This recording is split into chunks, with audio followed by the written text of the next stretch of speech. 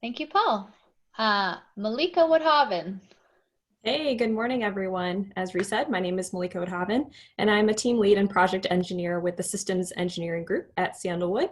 I've been with the company now for about 4.5 years, and my projects really range from digital engineering and business strategy. So with that, working with the advanced upfront area of manufacturing engineering is kind of where I'm at. And we're really looking at future state items. So what processes do we streamline with our clients? What technology should they implement? And how do we look at employee engagement? So I'm really looking forward to talking a little bit more about cultural shifts with some of these new technologies. Thank you, Malika. And Pam Dyer. Yeah, thanks, Ree. So my name is Pam Dyer, and I'm a manager within the injury prevention team here at Sandalwood. And our team is comprised of safety engineers as well as ergonomic engineers, where we focus on reduction of injury to the employee who is physically doing the work, as well as reduction of other business risks by designing technologies or machine interfaces that can be easily understood and interpreted by the employee. We've worked with a lot of different clients in both the reactive and proactive phase within the whole new product development lifecycle. So meaning we have some clients who call us up and say, hey, I just got cited by OSHA. I heard somebody, someone got injured here. We need help to figure out where the risks are and how to fix it. So we'll dive in, do our risk assessments, and provide them with recommendations and countermeasures.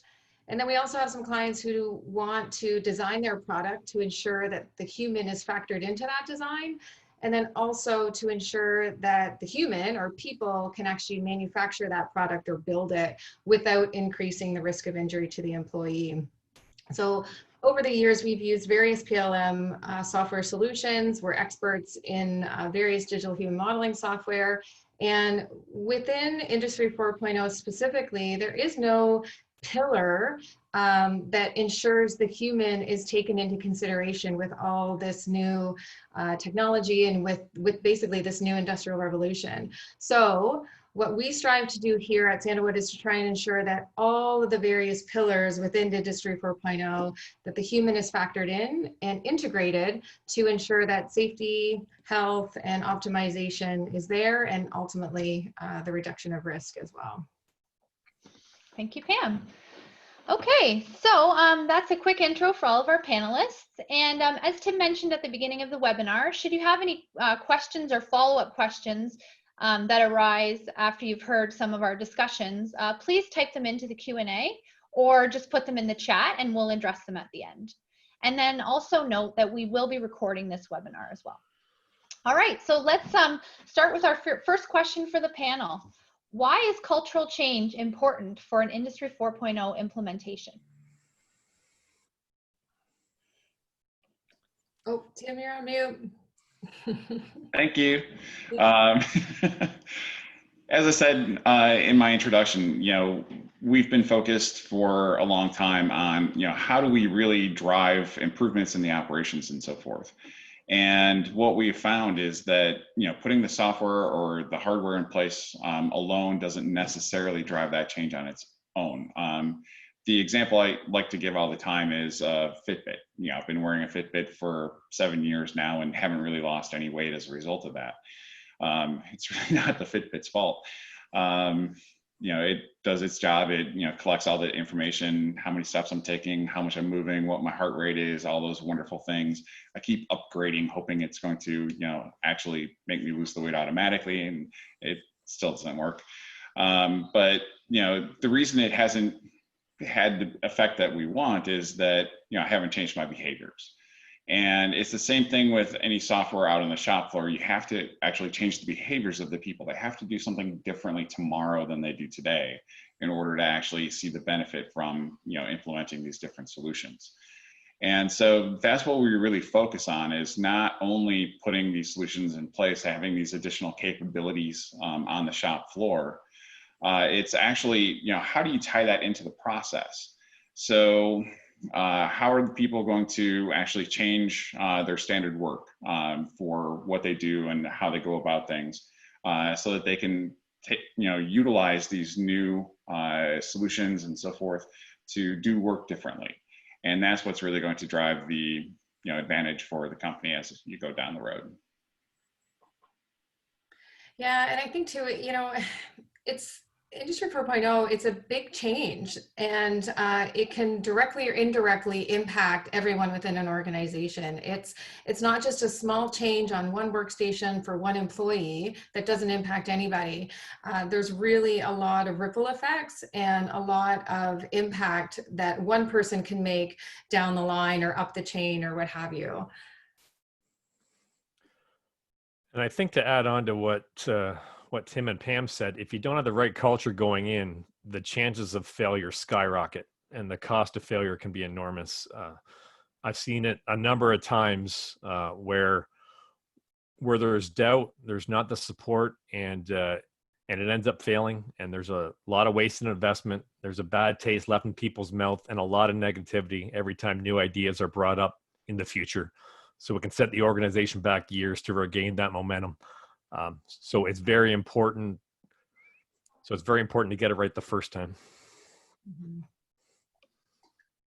Yeah, I'd have to agree with that. I mean, I think there's a good example right now, right, with working from home. If we're talking just generally about cultural change, I think that is a great example where, cultural change is important for any major change in an organization, and seeing the shift now and how people are able to adapt.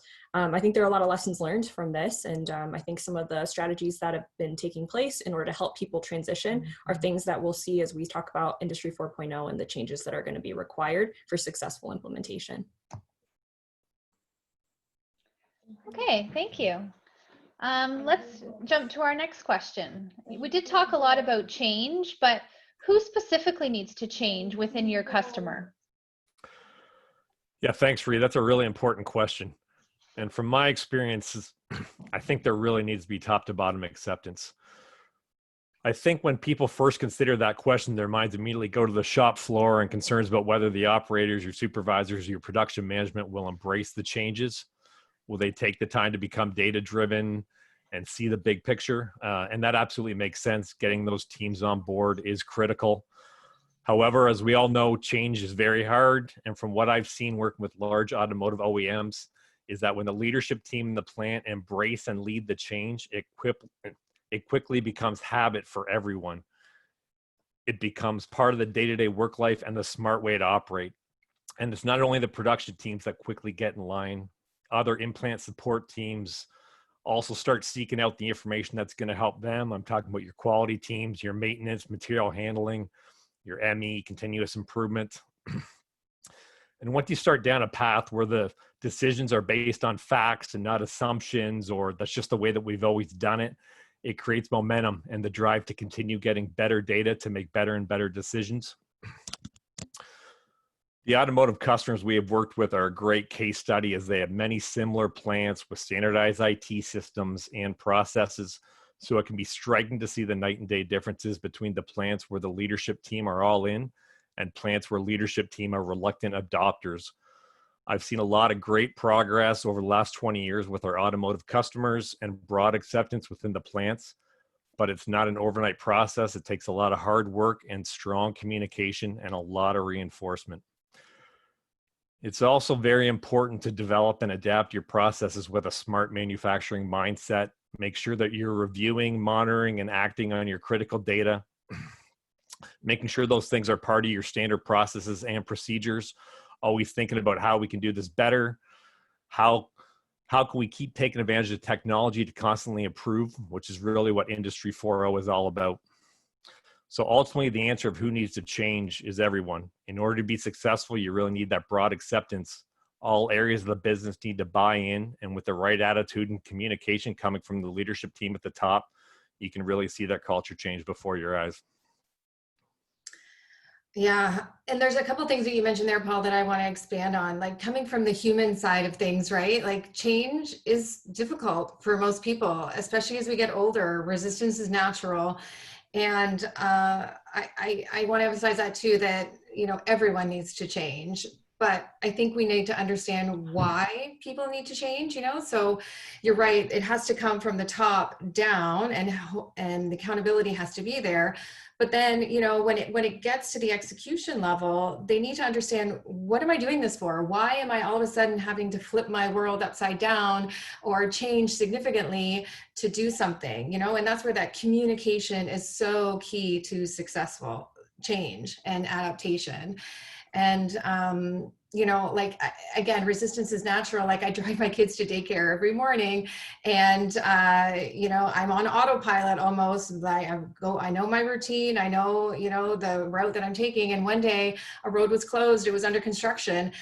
And all of a sudden I had to think about what I was doing again. And all of a sudden I had to really recalibrate and figure out what route I'm going to take now. And I had to change and I had to adapt to it, but I didn't know it was coming. And so I was frustrated, I was anxious, and I was all stressed out and bothered by it. But if I had just read the newspaper to say that this road is going to be closed due to water main repairs, you know, I would have known that, and I would have been able to adapt and put my plan together before I actually hit that construction. So again, that's where the communication and the understanding of why I'm changing or why I'm being forced to change is key to success, I think, too. Yeah, I would have to agree with you both. I mean, I think, like you said, Pam, everyone does need to change. And as Paul said, the most important and critical adopters must be that leadership team. I was reading this article on Industry 4.0 a couple of days ago about, you know, how do we implement well? And one thing that came out and stuck out to me was, when strategy leads, success follows. And I think that's so, so true with this, with anything really.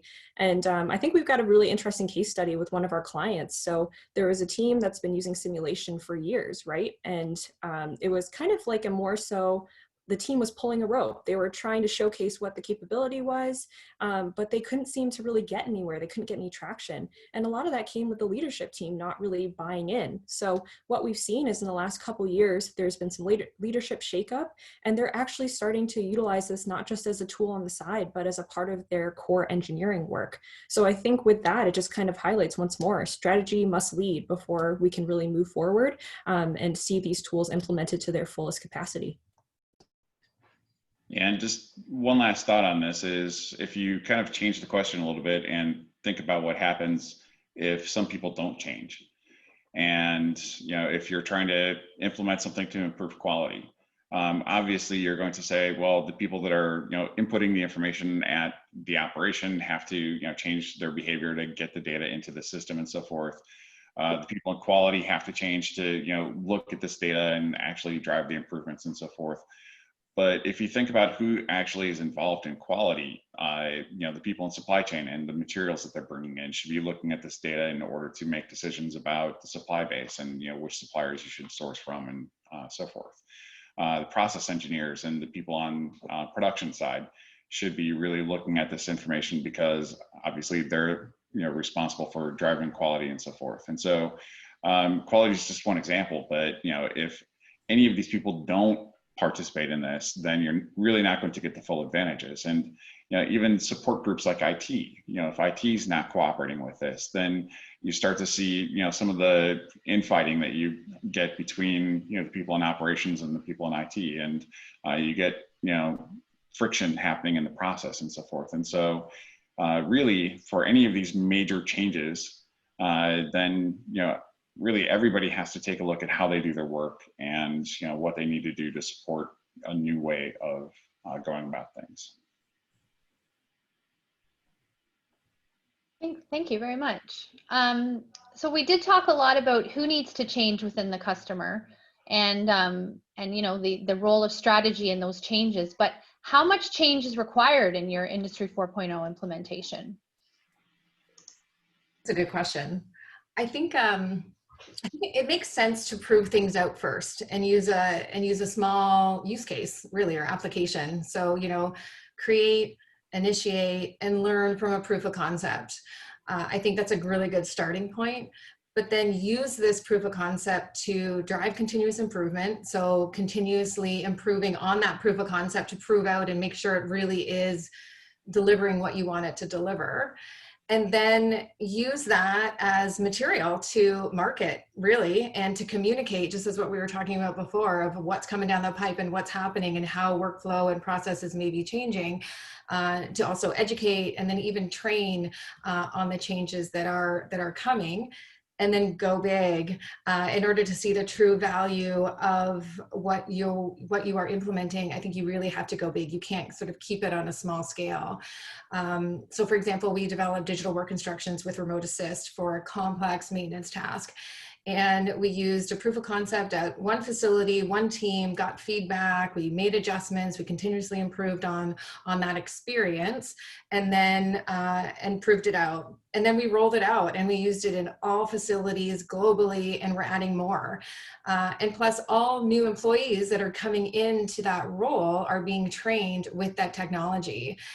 And it's at a point where there's no choice to use it or not. So that 500-page binder that was sitting there on the table that they would have to reference for this complex maintenance task, it's not there anymore. So there's not a choice where you either go the way you were doing it or go to this new way and this new technology. It's not a choice. We're going to this technology, and this is how we're going to be doing things.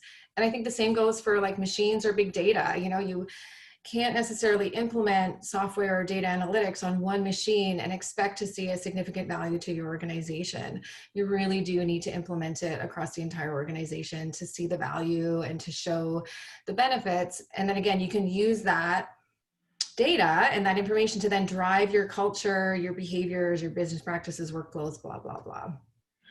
Yeah, and Pam, I've got a current customer that has, they took 2 plants and they implemented at a very small, group of machines in each plant, just one line in one of the plants over here, and then just one press line over here. And what they found was that, the first plant that I mentioned, they saw that the technology was successful. They, scoped it up and, implemented across the different lines that they had and so forth. And then they work to, drive that change into people's standard work and, their behaviors and everything else. And it really became successful. The other plant said, well, we're not going to move forward until we actually see improvements based on, our pilot on these, on this one line. And they really had issues, showing that they were going to get the financial improvement with that one implementation. And the reason for that is that, the operators shifted between different cells, during the day and so forth. And so they weren't, consistently on one line. So this was only a couple hours of the day that they were on that one machine where they had to do something different. And so they weren't used to that. It wasn't really part of the way that they did their work normally. The supervisor was responsible for an entire, department, and just this one press line had this software on it, and so the supervisors in that area didn't really focus on the data that was going into that system to make sure that the data going in was good or that the data coming out got used. And so because it wasn't part of anybody's work, they really weren't getting any measurable improvement in the process as a result of having it there. The technology was working fine, but because they didn't scale it to the point where it became part of everybody's daily routine, they weren't getting the value from it. And then they said, well, we're not getting the value from it, so we're not going to move forward with it. Yeah. And, it's just this catch-22 kind of a thing that they got into. And I kept telling them, you have to make it part of the standard work. Otherwise, you're not going to get the value. And, it just kept in that kind of quagmire of, well, we're not getting the value, but it's not important enough that the people are going to make it part of their work. Exactly. Yeah, and I guess as we talk about how much change is required, I think one thing too, because I know people have big aspirations with Industry 4.0, they want to do everything. It's just being realistic is also one thing I want to throw in here, right? Being aware of what's going on with your facility and your specific needs. Take into consideration what your end goals are with Industry 4.0. What are you trying to do with these sort of technologies? Keep that in the forefront of your mind as well. And I think that'll also help dictate how much change is required. I do agree with Pam's, small steps are really important, but as both Tim and Pam have said, scalability is also critical. So I guess with this too, just make sure you're staying focused on where the critical sectors are that you're trying to really implement these tools on. And I think that will be a helpful gauge in terms of how much change is required. Okay, thank you. And you guys have talked a lot about your vision and strategy and how, Malika just mentioned that may be on a plant specific basis and knowing what you need in your own facility. But how do you develop that vision and strategy? I'll jump in here. So we've got kind of a standard process that we go through working with customers up front to develop, what is the strategy around Industry 4.0 or, any initiative within here. And, it really starts with the value. And so what is the company actually trying to achieve with this? It's not, we're going to do this because technology is cool and, we're really happy that we're able to do this kind of thing. It's, we're trying to achieve something. We're trying to increase our market share, increase throughput, improve quality, reduce, costs within the business, things like that. And so what we try to do is start from, what is the end goal, and then drive that into, what are the impediments to the performance in that area? What are the root causes for those impediments and so forth? And once we understand what are the causes that, are preventing performance from being better, then what we can do is we can start to look at all of the different technologies that, can be provided through Industry 4.0 and so forth, and start to look at, what are the specific enablers or capabilities that we want to put in place that address those root causes. And once we understand, what those enablers are, how we're actually going to tie those into the process and so forth, now we can start to look at, what are the cultural changes that we have to put in place? What is the training that we have to do? What are the process changes that we have to make to take advantage of these new capabilities and so forth? And that's, in the end, what's going to actually drive the value. And so by going through that analysis, we not only have a clear business plan in terms of, how we're going to get the value from it, but we also really come up with a implementation plan of what needs to be done first, what is the infrastructure that needs to be put in place, and what is the sequence that we have to work through to, achieve the goal that we're looking for.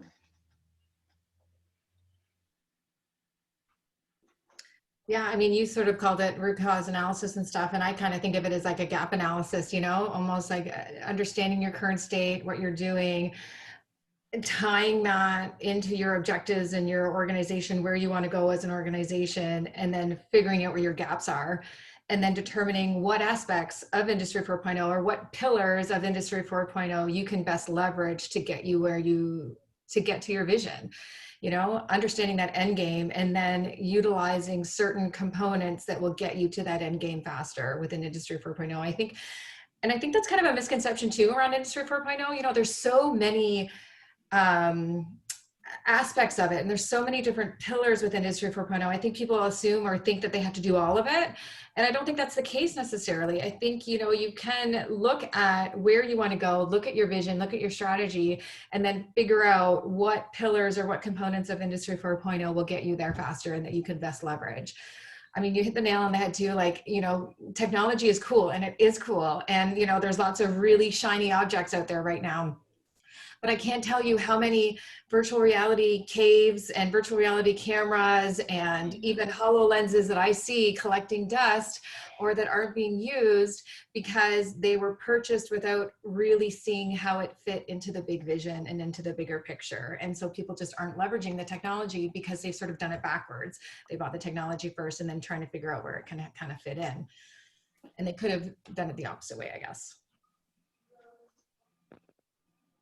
Absolutely. And to add on to that, it's really important to capture those baseline metrics as part of your vision and strategy, so that you know what success looks like, and you can prove that those applications are working, right?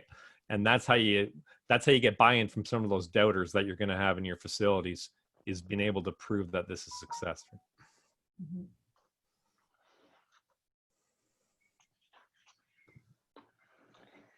Okay, thank you. So once you've developed your vision and your strategy, how specifically can you drive adoption and manage change? And are there things you need to think about, at the operator level or at your leadership level specifically?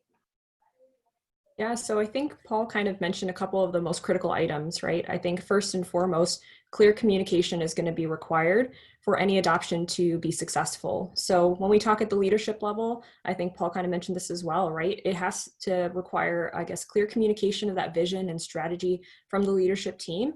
And there also has to be a communication of the benefits to the company and then to the individual employees.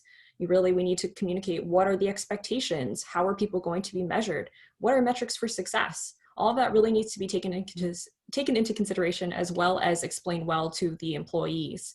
Now, communication also has to move from the bottom up as well. I think that there needs to be that sort of clear and open dialogue between both parties to make sure that these things are going to be successful. We really do need buy-in from the team members, as Paul kind of mentioned, and we really need to make sure that stakeholders are on board and very, very involved with this process. I think it's important to remember that we're not just adding a tool with Industry 4.0, right? We're fundamentally changing how people are going to work and what are the measures for success and failure there. So having that open communication is critical, as well as that buy-in. Now, when it comes to managing the change, I think a lot of those things also come into play, right? I think first and foremost, you need to breed a culture of change within your organization.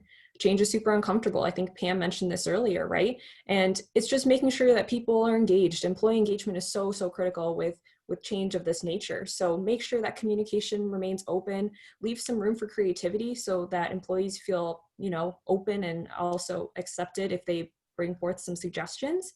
And just keep all of that communication, I guess, in the forefront of your mind is I think going to be helpful when it comes to managing the change.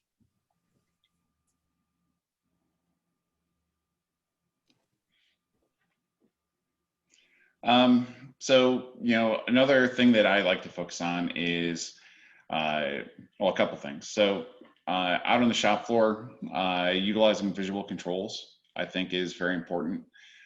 So if you're implementing shop floor solutions as part of Industry 4.0, then the Hawthorne effect is wonderful to get things going. The Hawthorne effect is people behave differently when they know they're being watched, but it also has to do with how you're measured and how visual those are. We all slow down on the highway when there's a policeman on the side of the road, but we also have a tendency to try to drive production if the production counts are visible to everybody. And so, if there's a counter for downtime or whatever the metric is that you're trying to improve, if you make that visual on the shop floor, it actually helps to drive those behaviors. Another aspect of this is really creating the management operating system. And so whatever the metrics that you're trying to drive within the organization, if you look at how you have that aligned throughout the different layers of the business and make sure that you have the alignment between how people are measured, how you look at their behaviors and so forth, at the bottom level and each layer going up, as well as the support functions, that can definitely help in terms of driving that consistent behavior, having everybody pulling one end of the rope and so forth.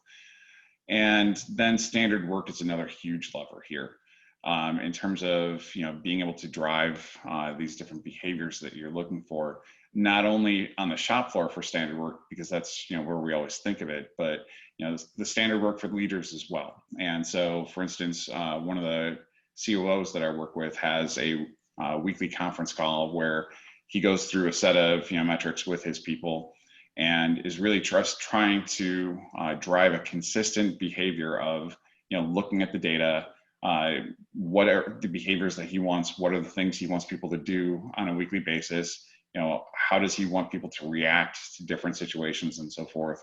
And just by continually driving that on a weekly basis, he's able to make that happen. And just implementing that standard work, not just on the shop floor, but throughout his entire management chain as well. That's awesome. I don't think I really have anything to add other than just maybe emphasizing that communication piece, and not only at the operator level, but manager level as well. Just communicating and showing that individual or that individual team what their role or what their impact is to the overall process, and what their metrics or what their outputs or what they do, how that impacts other people down the line or their team, or where their inputs are coming from and where their outputs are going, you know, so that they understand where they fit into this whole overarching process, I think is key as well.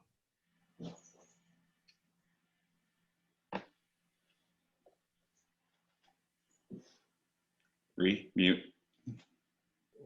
Sorry, I'm just going to interject here and say that anyone on the call, if you do have any questions, be sure to type them into the chat or the Q&A.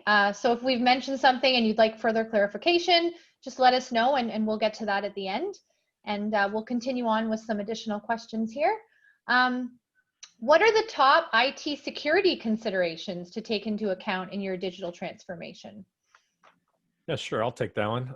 And there's a lot to consider from that aspect. Here are a few examples. So, are you connecting many more devices to your plant floor network as part of your digital transformation strategy? How are you securing those devices? Do you have an anti-malware strategy for those devices?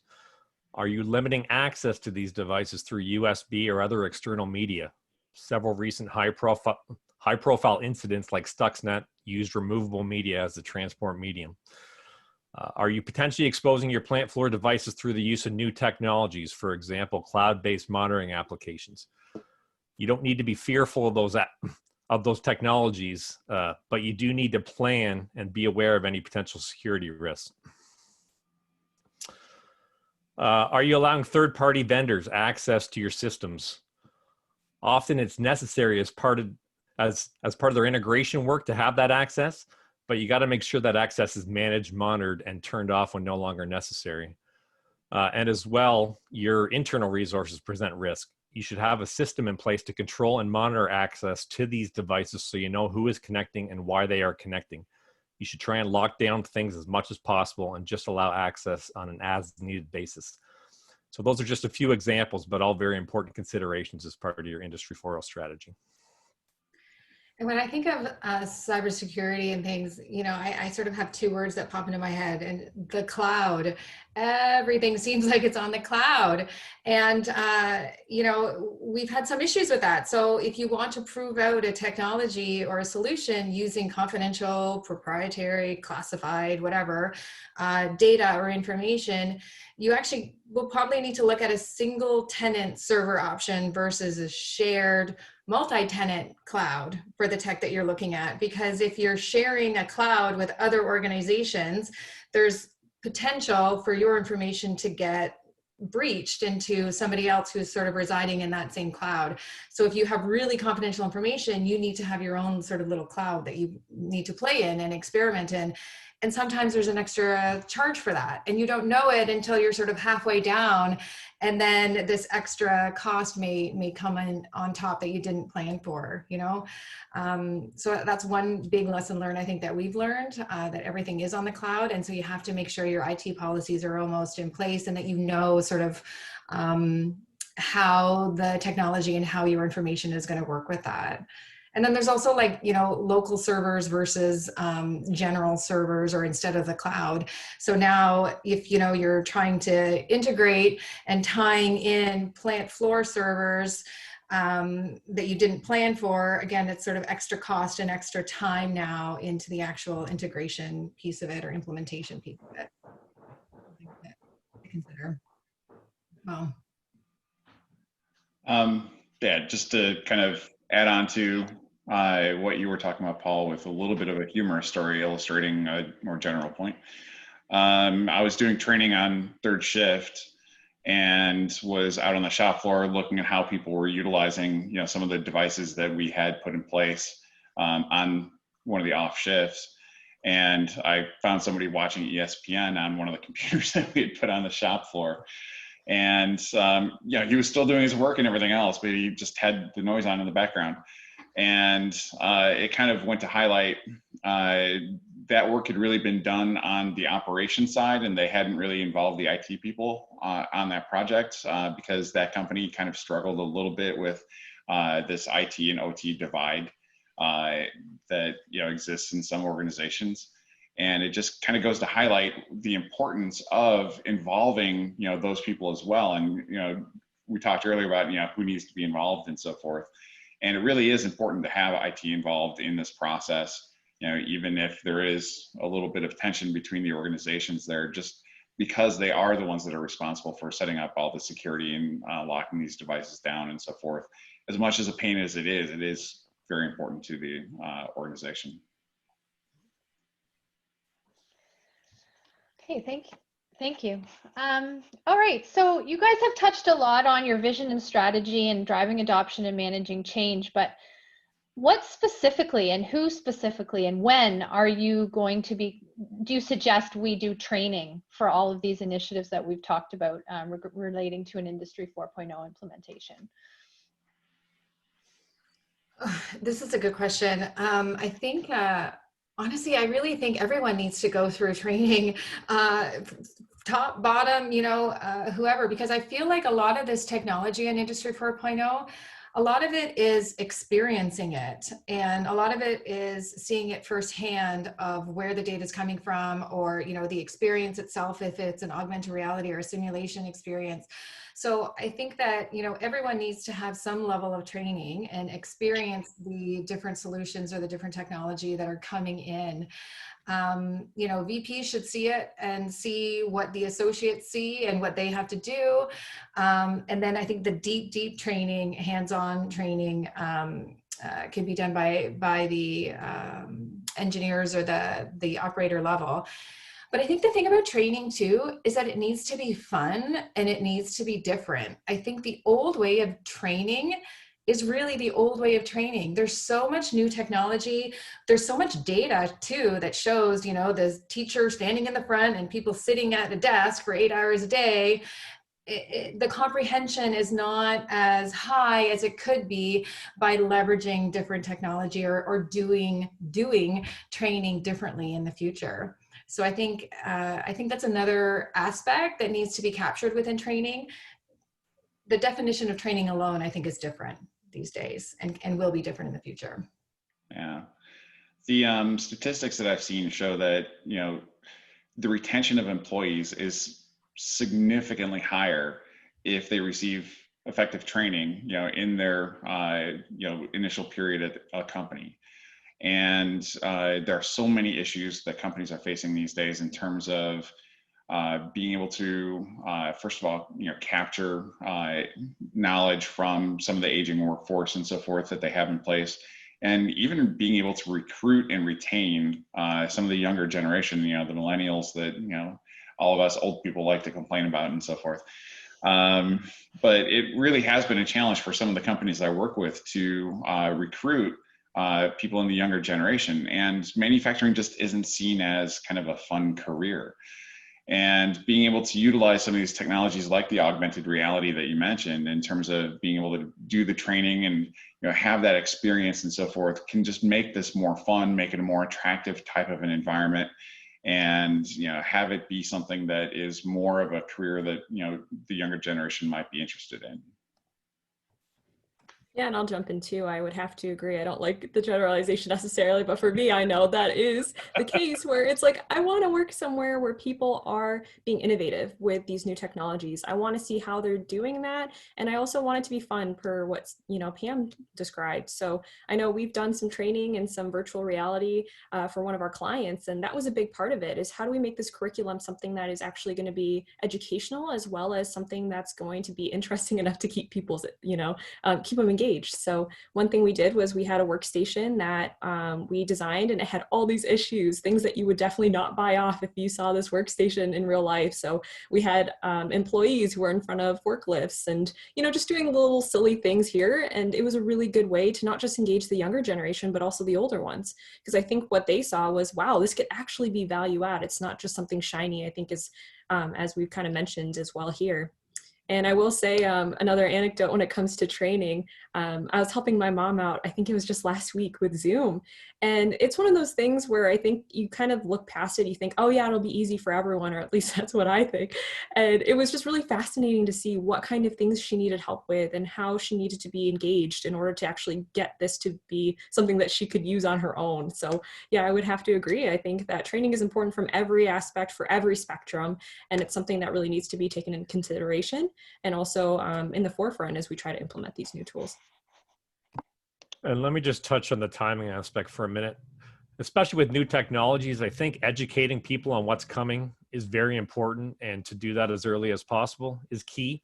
But when it comes to the heavy training with heavy users, or people are going to be maintaining the systems, I think that timing is important. I've seen it happen way too early, where it's essentially wasted, and then you're just coming back 6 months, a year later to retrain. So timing that when it's close to handoff, or when they're close to taking over those technologies, I think is important and gets you your best value. Okay, thank you. Switching gears a bit, are there any common technologies you've seen used in your successful Industry 4.0 implementations? It depends. Industry 4.0 is such a broad categorization of different technologies. So just off the top of my head, you've got augmented reality, you've got virtual reality, you've got robots, you've got cobots, you've got advanced materials, you have 3D printing, you've got industrial Internet of Things, you've got big data, you've got machine learning, artificial intelligence, and so forth. And so depending on all of these different things that you're looking at as being potentially part of a solution that addresses these business issues that you're trying to solve, it really depends on what are those different initiatives, and what are the things that are providing the capabilities that address those root causes of performance. Mm-hmm. I mean, I've seen, like, for quick wins, like small quick wins, augmented reality for quality control or quality validation has been successful. Digital work instructions, again, it's another sort of small win, and it's containable, and there's a beginning and an end to it. That's another example of some small quick wins. Yeah, I mean, the IoT solutions are another one that you can implement pretty quickly, get data from the shop floor, and then be able to analyze that and drive improvements with that data pretty quickly as well.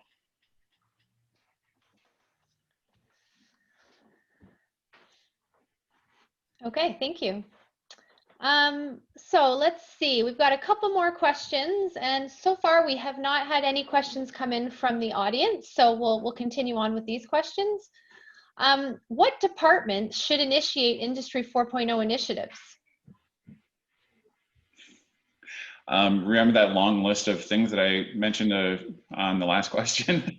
It really depends on, what are the goals that you're trying to achieve, and then, what are the different technologies that you're putting in place in terms of who would initiate this. And so certainly, if we're setting something up where we're trying to drive quality improvements, then the quality department should probably take the lead, or the continuous improvement department.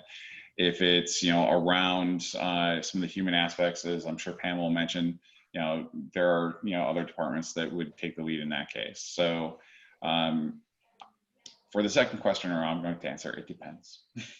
But I think too, whoever has the bandwidth to commit, I think too, and whoever can bring in multiple cross-functional teams. So ensuring everyone has a seat at the table too, there's been a few instances where, it's been engineering that has been driving something, but they drove it, in their silo, but then they forgot about the human aspect of it. And then we ended up getting injuries because of it, or people didn't understand the data that was being provided to them because the human, again, how to comprehend the data that's being shown to you wasn't accounted for. Quality didn't know what was going on, and ended up being quality issues. So anyways, so I think that idea of whoever has the bandwidth and whoever can bring in multiple groups and departments to have a seat at that table. And then I think too, another important aspect to this is that team or that department, they have to have indirect line or indirect link to operations, but they can't be anchored to it. Operations will always win. Fires will always be burning, and you'll always have to be taken off of this special project that you may be working on and then go and fight those fires. So it's really important to understand what's going on with operations and have that link to it. But again, you can't be tied to it and anchored to it because operations will always win. So you need to have that visionary, that innovation team that can successfully lead it and continue to lead it and not get pulled away. Yeah, I would have to agree with Pam with some of the points there. I think the biggest thing that I wanted just to emphasize once again is that if you are going to move forward with any Industry 4.0 initiative, you can't do it in a silo. It's really, really important to be aware of everything else going on just because that connectivity is so critical, right, with Industry 4.0. So keep an open mind and also keep awareness to how your process impacts other people and how your tools will impact others, because that connectivity could burn you down the line, right? I think it comes with that scalability factor as well, right? You can't just do things in your own little bubble. It's really, really critical to be able to look outwards as well. Yeah, and I mean, the question was about who should lead it, but there's also the matter of who should be involved. And we talked earlier on a question about, that really the entire organization on, a significant project needs to change. Well, if you're going to have the entire organization, be subject to change as a result of this, you should really get involvement in the project, from each of those different groups, certainly at some point, during the project, so that those groups will be more accepting of, the change when it does come, and they've had some voice in the process. Okay, thank you. We have had one question come in from the audience, so let's get that one answered. The question is, in addition to the IT security considerations mentioned earlier, are there any additional measures that need to be taken to protect employee personal data specifically? Paul, I'm looking at you here.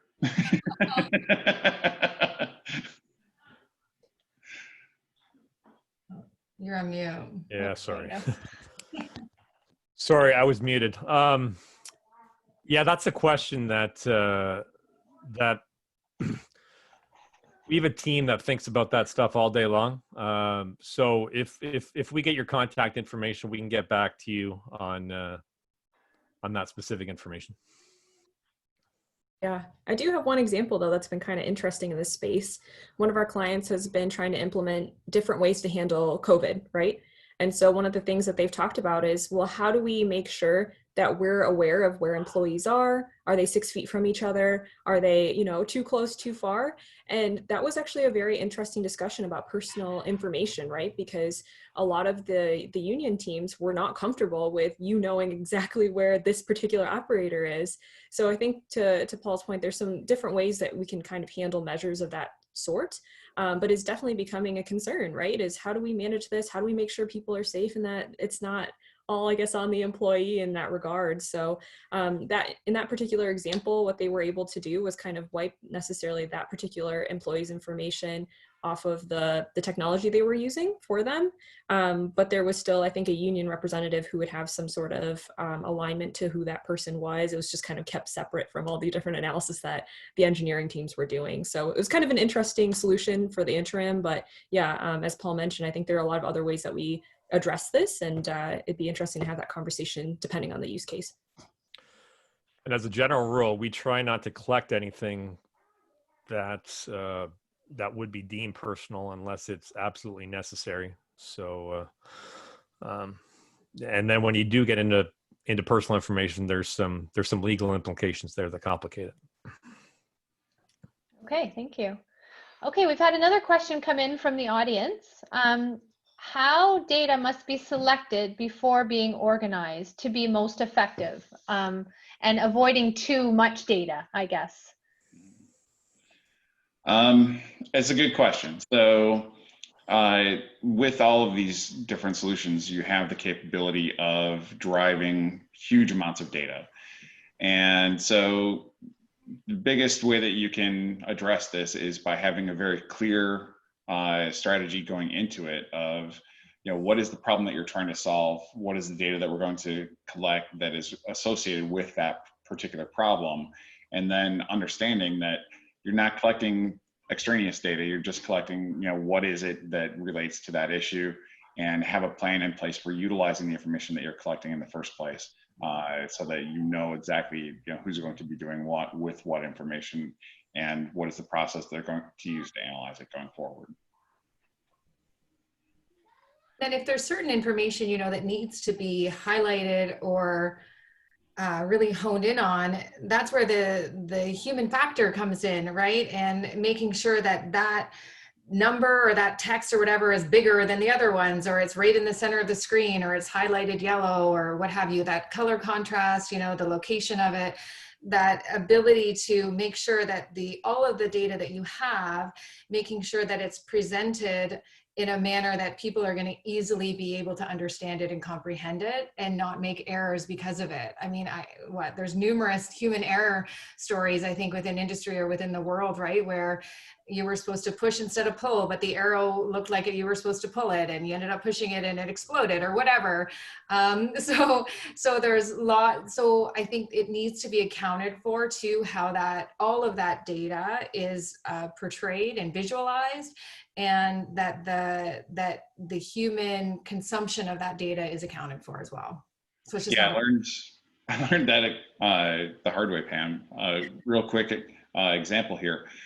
We created a form where we said enter the percentage value, and some people were entering that as 0.95 and some people were entering it as 95. And so we were getting these results that, depending on who was putting the information in, was either down here or way up here. And it was really tough to analyze that data. So all we had to do was put at the end of the input box, put a little percentage sign afterwards. And now everybody entered it as 95%. And so just those little things on the human factor side can make a huge difference in terms of the quality of the data. This must have been before we knew each other then, Tim, right? Yes, this was many years ago. Hard lesson learned.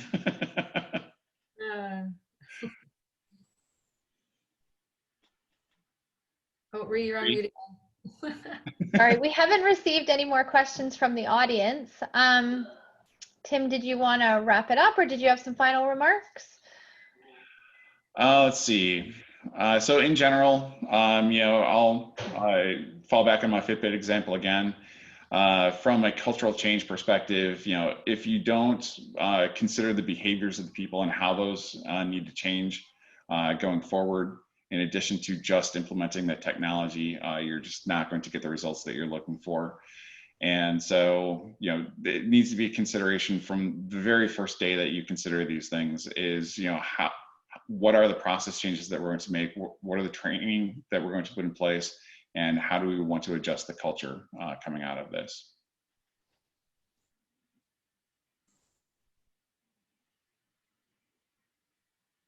Anybody else? No, I think that's it. I mean, we talked about a lot of things, and but I think they're important things. They're important factors to account for, and it's not an easy decision to just jump into this in Industry 4.0. It's not something to be taken lightly. There's a lot of things to account for and to think of, and hopefully we've helped a little bit, and if not, we're here to help too. And I think too, it's important to recognize scalability. I think Malika had mentioned that too, and just modernizing your organization too. Like, if you're a small company that can't afford, virtual simulation or digital software, you may not need it. Maybe your modernization is just moving from pen and paper process sheets to virtual process sheets or digital process sheets. It doesn't have to be an all into this really expensive software solution. It can just be gradual baby steps to modernize your organization and your business practices.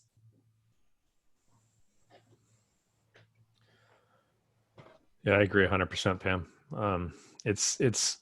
I hope we didn't scare you, I guess, with all the considerations, because it's really important to start down the path, start small, and just build momentum. It's the best way to go about it. And once you start seeing results, it becomes addictive. I would agree. And yeah, make sure you keep your employees engaged. I mean, I think we touched upon that quite a bit, right?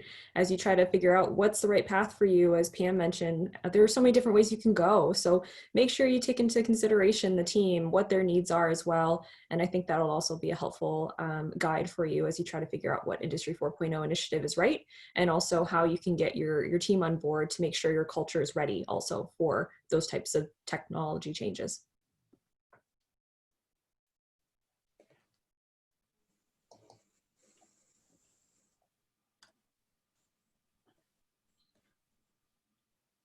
All right, well, we did have one last question come in. Do you guys want to take a minute and answer it? Sure. Okay.